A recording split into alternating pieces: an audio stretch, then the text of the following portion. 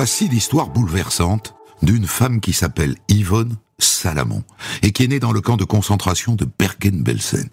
Cette histoire, je la tire de son livre « Je suis né à Bergen-Belsen » qui paraît chez Plomb. Et ce qui est stupéfiant dans cette histoire, c'est que pendant 6 mois, les 6 mois qu'elle a passés dans ce camp, la petite Yvonne n'a jamais pleuré. Elle est restée cachée, en silence, contre le sein de sa mère. Les SS n'ont jamais su qu'elle était née. Tugdual de Dieu le veut m'a aidé à écrire ce récit. La réalisation est de Céline Lebras. Europe 1, Christophe Ondelatte.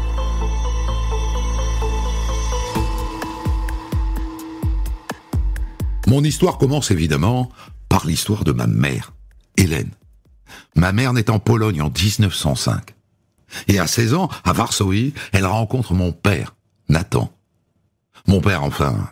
Oui, mon père. Vous comprendrez plus tard.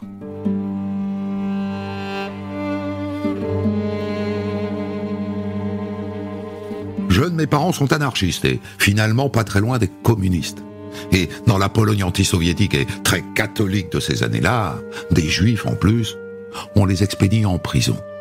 On va les condamner. Et d'après leur avocat, ils risquent entre 5 et 6 ans de prison. Alors ils s'enfuient. Et un matin de 1924, ils arrivent à Paris. Et ensuite, ils s'installent à Montpellier. Ce sont des années heureuses. En 1931, naît mon frère aîné, Georges. Ensuite, déménagement à Marseille. Et en 1937, arrivée de ma grande sœur, Maggie.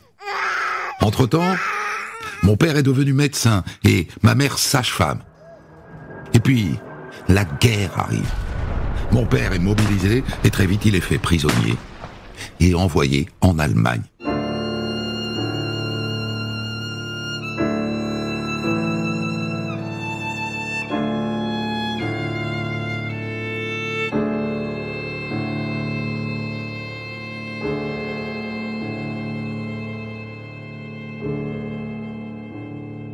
Trois ans plus tard, en octobre 1942, la rumeur enfle.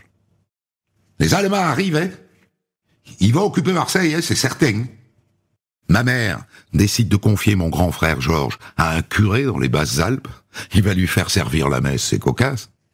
Et ma grande sœur Maggie, qui n'a que 5 ans, elle la place chez une veuve sans enfant, Madame Breuil. Ma petite chérie, ma petite Kiki, Madame Breuil va bien s'occuper de toi. Je reviendrai bientôt.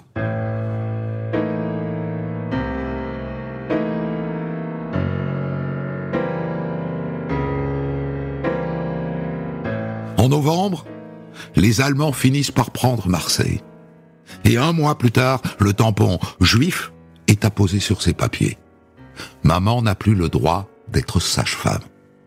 Elle décide de rejoindre la résistance, de rejoindre Louis, qui a fait ses études de médecine avec papa et qui est entré en clandestinité. Maman devient agent de liaison. Elle porte des lettres. Elle ne les ouvre pas, hein, elle ne les lit pas. Elle les remet en main propre ou elle les dépose dans des boîtes aux lettres qu'on lui a indiquées.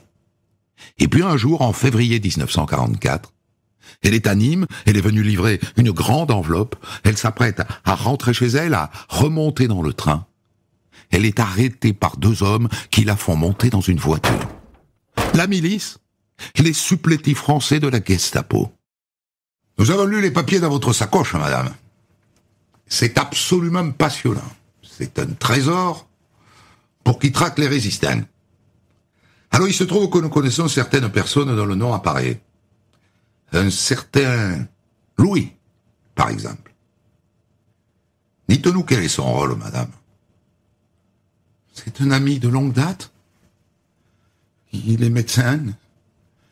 Il m'a dit de porter les lettres et moi je ne sais pas ce qu'elles contiennent, je vous l'assure.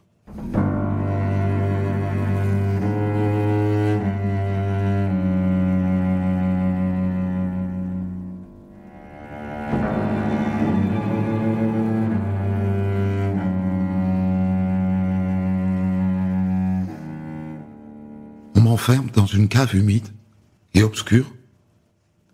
Je dors par terre tout habillé, grelotté de froid, sans rien manger, sans rien boire. Ma bouche est en feu, mes lèvres crevassées. Il m'interroge sans cesse. Et je résiste. Mes règles sont en retard. Je suis enceinte. 1 mois de grossesse. Alors je voudrais en finir, mais mon bébé m'en empêche. Et ce bébé, Yvonne, c'est toi. C'est déjà toi.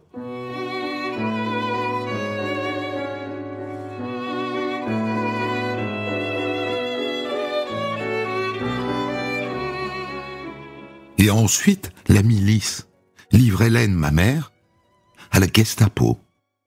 Il paraît que vous ne voulez pas parler. Ça tombe bien, nous n'avons pas envie de vous écouter. Et là, ils la battent, ma mère, avec une brutalité inouïe. Et ensuite, ils la traînent au sous-sol.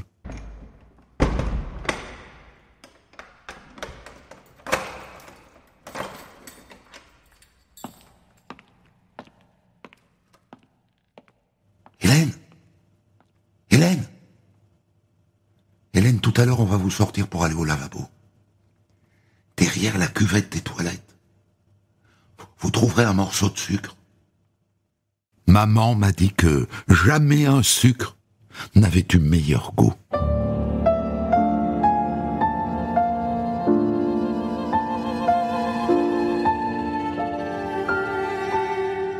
Deux mois plus tard, en avril 44, Hélène échoue au camp de Drancy. 3 longues barres d'immeubles entourées de barbelés. Et dans la cour, des milliers d'hommes, de femmes, d'enfants, de vieillards, d'invalides. Il en arrive tous les jours. Et il en part tous les jours. Des bus pleins à craquer qui quittent le camp. Il paraît qu'ils les amènent travailler. À l'est, je crois. En yiddish, ils disent qu'ils partent à Pichipoy, autrement dit à Pétaouchnok. Et Pichipoy, c'est un lieu inconnu, mystérieux, inquiétant. Très inquiétant.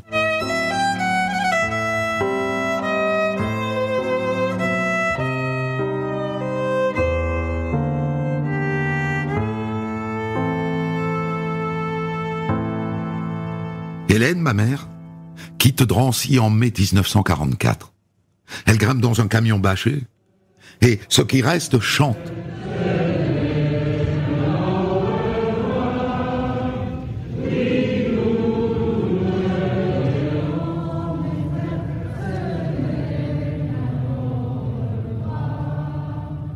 Maman m'a raconté toute l'angoisse qu'elle a ressentie à ce moment-là. À la gare de l'Est, on les fait monter dans un train. Le convoi passe par la Belgique, il pénètre en Allemagne et il s'arrête à Bergen-Belsen, dans le nord du pays. Un camp cerclé de barbelés et planté de miradors. Et elle les voit. De l'autre côté des barbelés, elle les voit en tenue rayée, le regard vide ou avide. Et elle sent cette odeur. Elle ne comprendra que plus tard. C'est l'odeur des corps qu'on brûle dans le crématoire.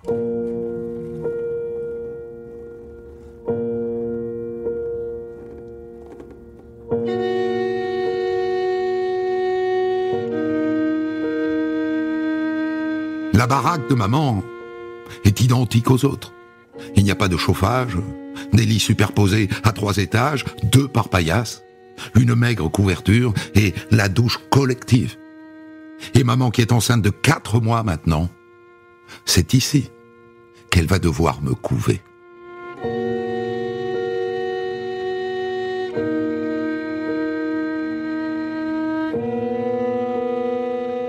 Le plus terrible, maman dit que c'était la faim. Une soupe à midi, une autre le soir, une demi-louche de liquide tiède dans lequel nagent des fragments de légumes, et une fois par semaine un pain noir et sec. C'est un aliment très précieux dans le camp, mais pour maman, ça n'est qu'une monnaie d'échange. Je te donne le pain contre du tissu. J'ai besoin de tissu, c'est pour faire des langes. Des langes pour mon bébé. Et il me faut aussi du lait en poudre. Hein? Du lait en poudre.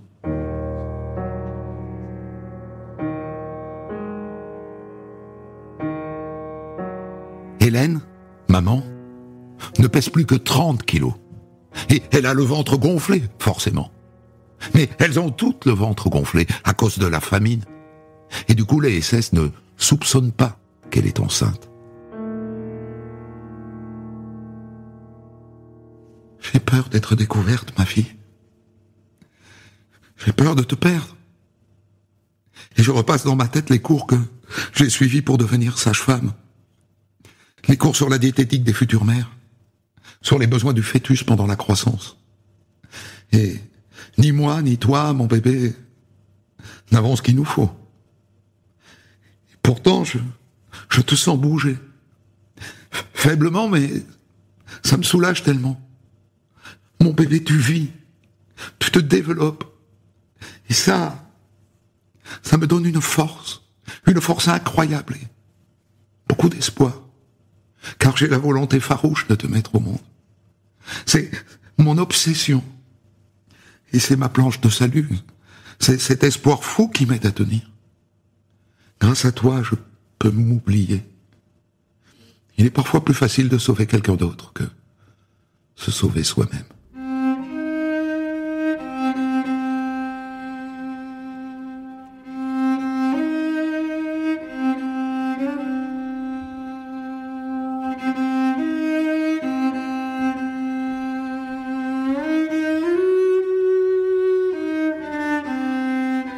Au fil des mois, Bergen-Belsen se transforme en mouroir. Les corps s'entassent par monceaux, et les enfants s'amusent à les compter, chacun son tas. Hélène, ma mère, dort à côté des morts. Elle vit à côté des morts, elle marche à côté des morts. Avec les poux qui prolifèrent. Pas les poux de tête, hein, les poux de corps. Les poux qui dévorent les corps, qui transmettent le typhus. Et puis le froid, terrible. L'hiver 44-45, pendant des semaines et des mois, les températures tournent autour de moins 20 degrés. Et rien à boire de chaud, ni à manger. Aucun vêtement, jamais de chauffage. Heureusement, ma mère est affectée à l'infirmerie, où il y a un peu de chauffage. C'est sans doute ça qui lui a sauvé la vie. Et à moi aussi.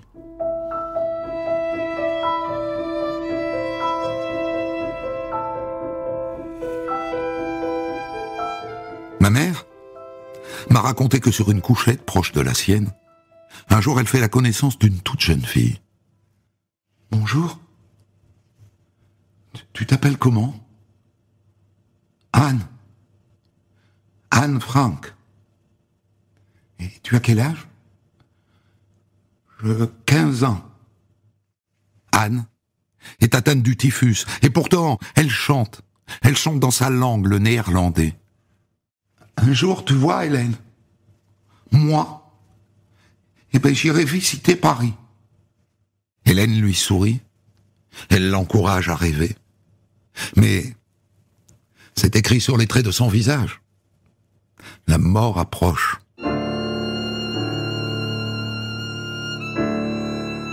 Maman, comme j'aurais aimé que tu me racontes ma naissance. Mais tu ne l'as jamais fait, tu n'as jamais voulu, tu ne pouvais pas sûrement. Alors moi, je l'imagine. Je l'imagine en me nourrissant de tous les témoignages de rescapés de Bergen-Belsen qui, parfois dans leurs écrits de ci, de là, évoquent ma naissance. Alors voilà comment je la vois.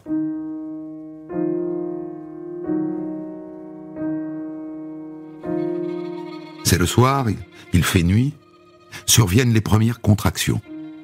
Tu vas à l'infirmerie en te cachant, tu poses des couvertures sur le sol et par-dessus, tu mets ce drap que tu as lavé à l'eau froide avec un petit bout de savon. Tu allumes une bougie et tu la caches sous une casserole un peu relevée pour ne pas être repéré. Maintenant, tu es sage-femme. Tu sais qu'il va falloir fournir des efforts colossaux. Mais tu ne pèses que 30 kilos, tes muscles ont fondu. Alors le travail est long, difficile, douloureux, mais tu trouves la force de pousser. Et moi, je finis par sortir, sans un cri, sans un pleur, comme si j'avais déjà compris qu'il fallait se cacher. Je suis tellement petite. Je dois peser moins d'1,5 kg. Mais tu me trouves jolie. Et tu coupes toi-même le cordon ombilical. Et tu me serres sur ta poitrine. Et miracle, tu découvres que tu as un peu de lait. Alors je tète. Ensuite, tu m'enveloppes dans ces morceaux de tissu que tu as échangés depuis des mois contre des rations de pain. Et pendant 6 mois, je vais vivre caché sous ta blouse, en sécurité contre toi, sans bouger, et sans jamais pleurer, ni même geindre.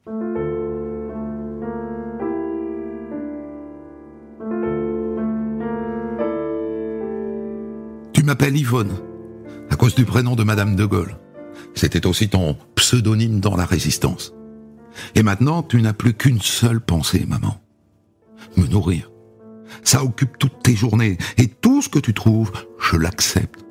De la soupe aux rutabagas, des morceaux de betterave crue, tu les mâches avant de les déposer dans ma bouche. Et parfois, un peu de lait en poudre que tu as échangé et que tu délayes dans de l'eau froide.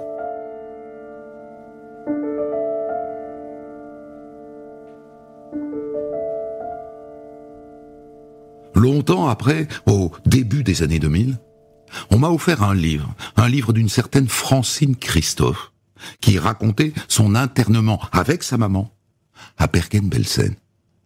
Et page 124, je suis tombé sur ces mots.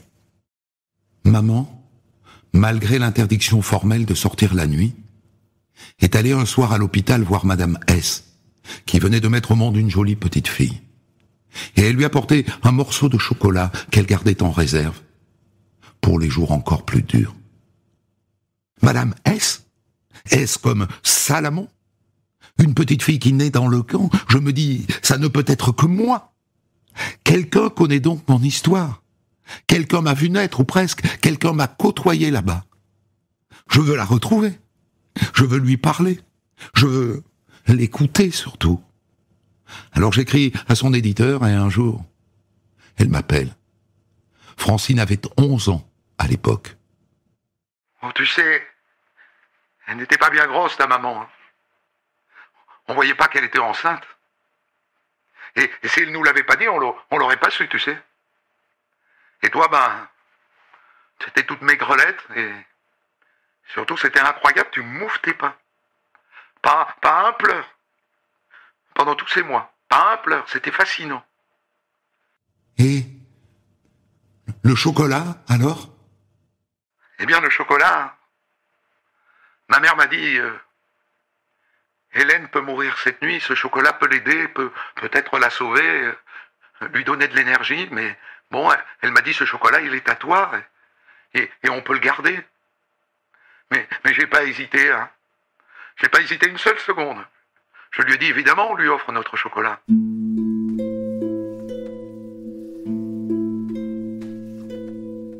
Et quelque temps plus tard, Francine Christophe organise une conférence à Paris. J'y vais. Et elle est là, devant moi, sur l'estrade, qui témoigne. Je l'écoute. Et puis à la fin, le micro passe de main en main, et là, je me lève toute tremblante. Bonjour. Je m'appelle Yvonne Salamon. Alors j'aurais beaucoup de choses à vous dire, mais aujourd'hui je suis venu, Madame Christophe, pour vous donner quelque chose, ou plutôt pour vous rendre quelque chose. Et là je m'avance vers elle, et je lui tends un chocolat. Voilà, madame, je suis le bébé. Le bébé, c'est moi.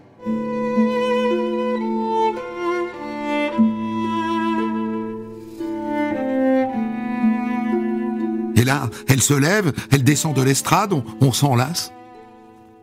Je n'en reviens pas, maman, que tu m'aies jamais raconté cette magnifique histoire.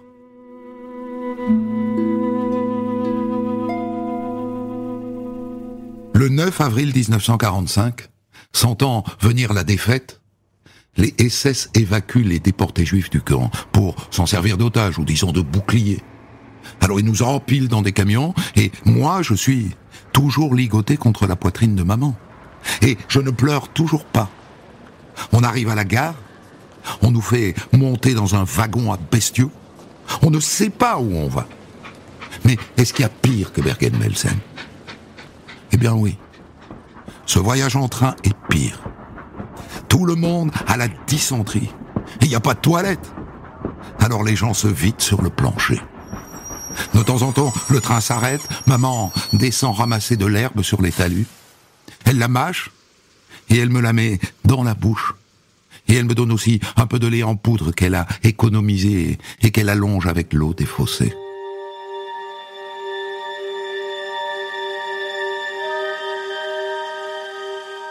Et le train tourne en rond comme ça, pendant 14 jours. Car, et ça je l'apprendrai plus tard, les Allemands sont cernés, par les Britanniques d'un côté et par les Russes de l'autre. Et puis le 15e jour, le train s'arrête. Tiens, on n'entend plus le hurlement des SS. Ils nous ont abandonnés. Et là, on voit arriver des Russes avec de drôles de pantalons bouffants.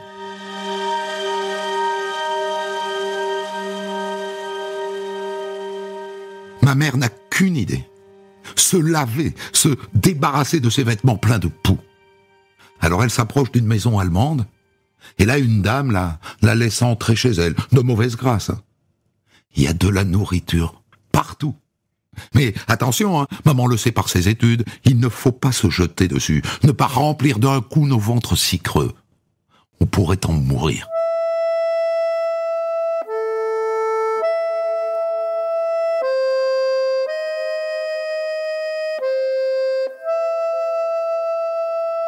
La dame nous attribue une chambre. Et là, dans cette chambre, se produit un miracle. Ma mère m'enlève mes langes, elle me sépare d'elle, et pour la première fois, je crie comme un bébé qui sort du ventre de sa mère. Mais 6 mois plus tard,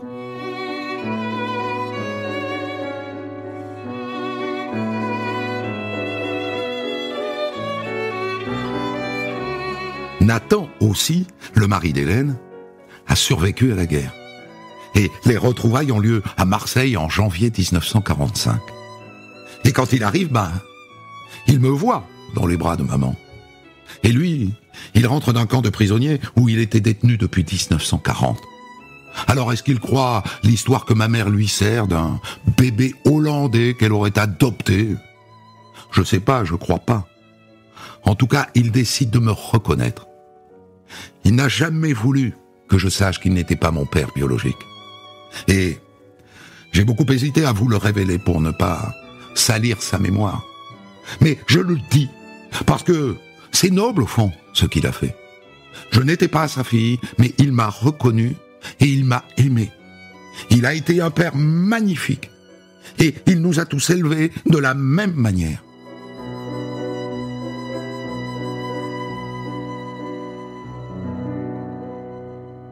À partir de là, la vérité qu'on me sert en grandissant, c'est celle de mes papiers d'identité, sur lesquels il est écrit que je suis né le 15 août 1945 à Marseille. Mais vers l'âge de 16 ans, forcément je me pose des questions. Le camp de Bergen-Belsen, où était ma mère, a été libéré au mois d'avril 45.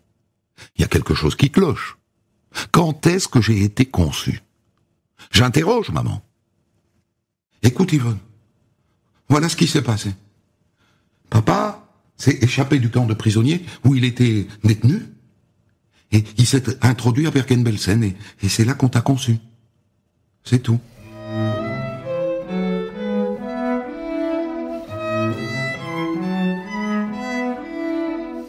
C'est une fable. Mais j'y crois, je veux y croire. Jusqu'à ce que je voie le film Nuit et brouillard d'Alain Resnais. Et que je comprenne que ça ne tient pas. On ne s'introduisait pas dans un camp de concentration la nuit comme ça. Alors est-ce que maman a été violée par un nazi? Elle me jure que non.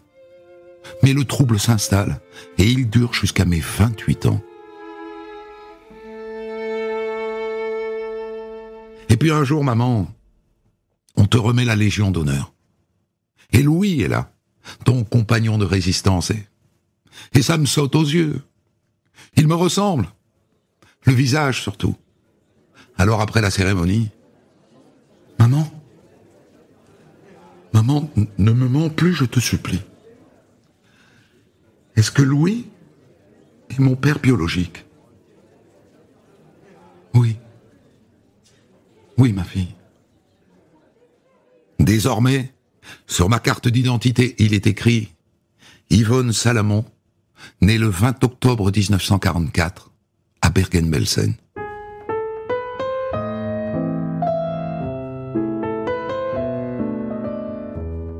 Maman est morte le 5 décembre 1987 à l'âge de 82 ans. J'ai beaucoup pleuré, beaucoup, et longtemps, moi qui pourtant ne pleure jamais. 5 jours plus tard, on l'a mise en terre au petit cimetière des Olives. Et pendant 20 ans, je n'y ai jamais remis les pieds. Parce qu'en réalité, elle était là. Je lui parlais tous les jours, elle me conseillait, elle me guidait. Et puis en 2008, j'ai pris mon courage à deux mains et je me suis forcé à aller sur sa tombe. Eh bien, ça ne m'a rien fait. Je n'ai rien ressenti. Comme si tu étais resté en moi, au fond. Comme si je t'avais assimilé. Un amour fusionnel que la mort n'a pas pu dissoudre. Je ne suis jamais retourné au cimetière. Et la prochaine fois, ce sera pour mes propres obsèques. Quand je te rejoindrai dans le caveau familial pour reposer à jamais près de toi.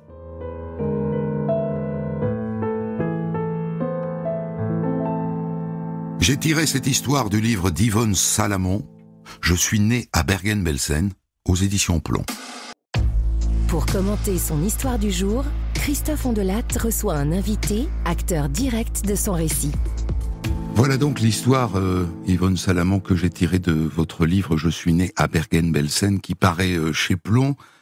Vous n'avez pas pleuré et vous l'avez écrit, vous ne pleurez pas jamais. Hein. C'est vrai, je ne pleure pas, non. Ça ne veut pas dire que vous n'êtes pas ému, ou ça veut dire que vous n'êtes pas ému? Non, ça ne veut pas dire que je ne suis pas ému. Je suis ému, bien entendu, mais bon, pleurer, non. J'ai pleuré une fois quand j'ai appris la mort de ma mère.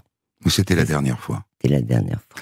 Cette relation fusionnelle que vous décrivez, elle existe dans votre souvenir depuis le début de votre histoire, ou bien elle est devenue vraiment fusionnelle quand vous avez su ce qui s'était passé, vraiment? Je pense qu'elle l'a été depuis le début. Depuis le début. Je raconte dans mon livre le souci qu'elle a eu toute sa vie de me suralimenter. Tous les soirs, quand elle montait se coucher, elle m'apportait un fruit. Elle a toujours été tellement préoccupée par moi et vraiment cédant à toutes mes volontés quand même. Je pense que j'ai été très gâté. Donc dès votre enfance, où vous ne savez rien, vous sentez qu'il y a quelque chose entre vous deux qui dépasse la relation mère-fille habituelle? Oui. Et puis, il y a quand même quelque chose de particulier. Donc, ce souci pour me suralimenter, qu'elle n'avait pas avec ses autres enfants. Et puis, il y avait une différence de morphologie entre mes deux frères, ma sœur et moi. Donc, j'étais toujours plus fluette, Donc, je pense qu'elle avait un souci particulier depuis le début, pour moi. Qu'on comprenne bien, dans votre enfance, donc avant ce moment à 16 ans où vous vous dites, parce que vous commencez à comprendre qu'un bébé c'est 9 mois, etc., et que ça colle pas tout ça, qu'est-ce que vous savez de l'histoire de votre mère avant, au tout début de votre adolescence? Bien, je connaissais, parce qu'il y a eu beaucoup d'articles faits sur elle, en sa qualité d'ancienne résistante. Elle faisait partie d'une association d'anciens déportés. Il y avait des manifestations. Donc, je connaissais toute l'histoire. Si ce n'est que je ne connaissais pas l'existence de ma naissance dans le camp. Elle vous raconte toute l'histoire, mais à aucun moment, elle ne dit « Toi aussi, tu es né à Bergen-Belsen ». À aucun moment. Je pense que ça a été un accord entre mes parents et mon père.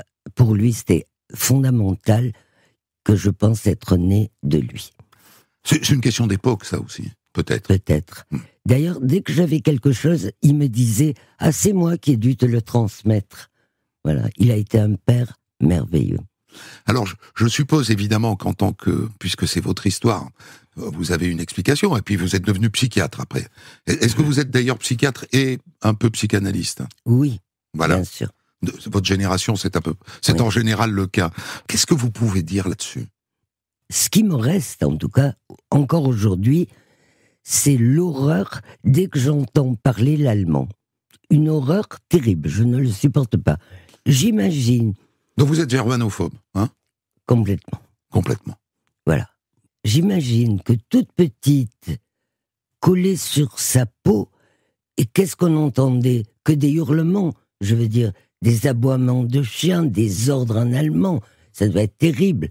Je veux dire, j'ai dû sûrement ressentir tout ça et m'en protéger. Je l'analyse comme ça. Et vous pensez que c'est indispensable pour votre survie? Bien sûr. Et vous ne pensez pas que votre mère, à un moment, vous dit « Chut, tais-toi ». C'est possible, mais il m'en est resté, là encore, quelque chose. Je ne supporte pas les pleurs des bébés. Pour moi, un bébé, ça ne doit pas pleurer. Est-ce que ça a à voir avec le fait que vous n'avez pas eu d'enfant, vous-même? Oui, bien sûr. Non, mais ça a été mes problèmes de santé aussi. Hein. Parce qu'on ne sort pas indemne d'une telle épreuve. Hein. Il y a des séquelles de ça, physiques. Bien sûr. Dans votre développement? Oui. C'est-à-dire que vous n'avez pas pu avoir d'enfant? Non. Mais de toute façon, en auriez-vous voulu? Non plus. Enfin, à une certaine période, je n'aurais voulu, mais c'est passé maintenant. Votre trauma, comme on dit, est-ce qu'il a aussi à voir avec le fait que vous soyez devenu psychiatre? Bien entendu. Bon, il y a eu quand même un événement facilitateur. C'est-à-dire que pour ma mère, il fallait être médecin. Oui, comme papa. De toute façon. Et comme elle aurait dû être. Et comme ses enfants l'étaient. Tous les autres. Il fallait être médecin, et après, me disait-elle, on réfléchit à ce qu'on veut faire dans la vie. Donc, dans le fait que je sois médecin, que j'ai commencé mes études de médecine, ce qui est très rare, à 32 ans. Ouais. Avant, j'étais orthophoniste, puis j'avais fait des études de lettres. Et elle m'a dit, enfin, tu fais des études, enfin. Donc, ils m'ont aidé, mes parents. Bref, pourquoi psychiatre? Mais d'abord, j'ai été orthophoniste. Quand on m'amenait un enfant qui avait une dyslexie, dysorthographie, je recevais les parents. Je parlais avec les parents. Donc, je veux dire, la psychiatrie n'était pas très loin déjà. Hein. Et puis, quand j'ai fait médecine, il n'y a eu que 2 métiers qui m'auraient plu. La chirurgie et la psychiatrie. La chirurgie, j'avais des problèmes de santé. Je ne pouvais pas me retrouver à 6h du matin dans un bloc. Donc, ça a été la psychiatrie. Mais c'est un métier que j'adore. Et que vous avez exercé jusqu'à il y a très très peu de temps. Oui, et que peut-être je vais encore exercer, peut-être auprès de médecins du monde. Enfin, je vais voir. Après mon livre, peut-être. Il y a là-dedans l'envie de réparer les traumas des autres? Ou d'aider les autres à réparer leurs traumas? Oui, d'aider les autres, c'est sûr. Mais vous, il y a quelqu'un qui s'est occupé de réparer vos traumas? Oui, j'ai consulté. J'ai fait une analyse personnelle, bien sûr. Avant de devenir vous-même voilà, vous-même analyste. Je voulais juste dire un mot sur le deuil, l'impossibilité du deuil, que je décris d'ailleurs. De pleurer votre mère, en vérité, sur sa tombe, là, comme le fait tout le monde, quoi. Non. Et c'est pour ça que je ne suis pas allé, je me suis forcé une seule fois à y aller. Parce que je trouve que c'est une mauvaise expression. Faire son deuil. Faire son deuil, je trouve que c'est pas faisable. Je suis d'accord avec vous. Ce n'est pas faisable de faire son deuil. C'est impossible. On ne le fait pas, son deuil. Voilà, je voulais juste faire ce petit aparté. Avec Hélène et avec qui que ce soit. Exactement. Mais plus encore avec Hélène. Plus encore. Vous le racontez très très bien dans le livre. Le grand mystère de votre vie, c'est que votre mère n'a jamais vraiment voulu vous raconter votre naissance. On comprend que vous lui avez posé la question, n'est-ce pas? Bien sûr. Plusieurs fois. Et c'était un refus catégorique. Oui. Enfin, elle m'a raconté une histoire invraisemblable. C'est-à-dire? Mon père serait rentré avec un uniforme de la Croix-Rouge internationale dans le camp de Bergen-Belsen et il m'aurait conçu. Là, il serait reparti après, voilà, après dans son camp de prisonnier. Elle n'a jamais voulu aller au-delà. Non. Mais elle n'a pas su que Francine Christophe vous avait donné des informations. Non. À la fin de sa vie, quand je lui ai dit, je sais c'est pas papa mon géniteur, je sais qui c'est. C'est Louis? C'est Louis. Elle en a convenu. Et elle a organisé un rendez-vous avec Louis. Bon. Et moi. Mais Quand la même. naissance, ce moment-là, c'est-à-dire que la couverture, le drap qu'elle a lavé, tout ça, ça reste des suppositions. Bien sûr, elle ne m'en a pas parlé.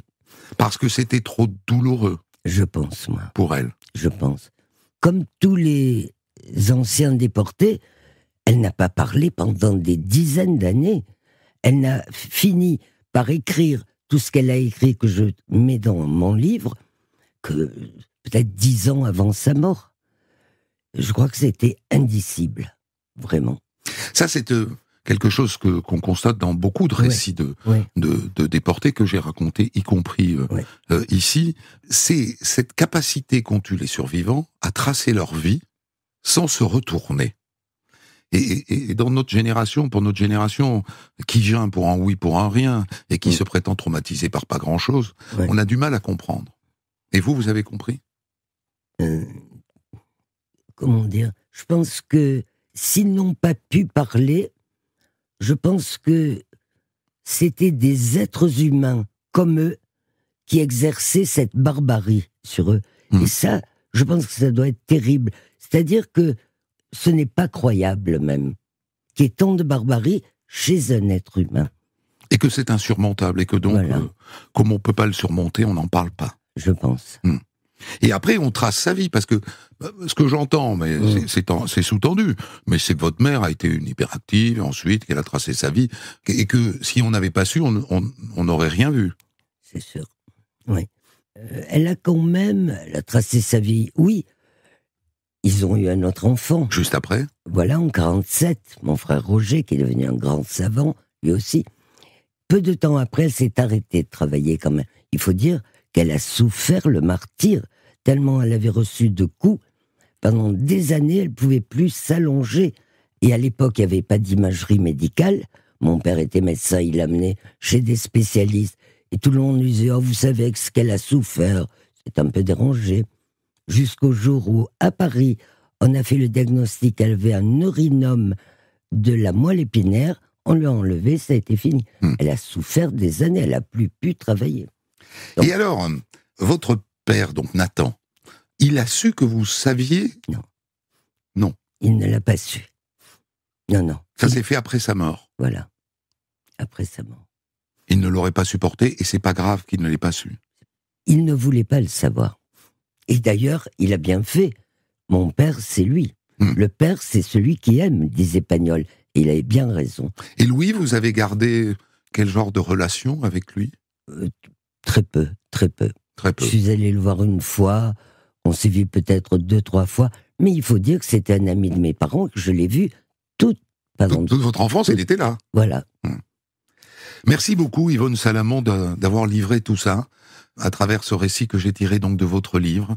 Je suis né à Bergen-Belsen, qui est un formidable livre dont je n'ai évidemment pas tout raconté, comme toujours. En 30 minutes, c'est pas possible. Et donc, vous pourrez vous nourrir d'autres épisodes de cette histoire en lisant ce livre qui est publié par Plomb. Des centaines d'histoires disponibles sur vos plateformes d'écoute et sur europe1.fr.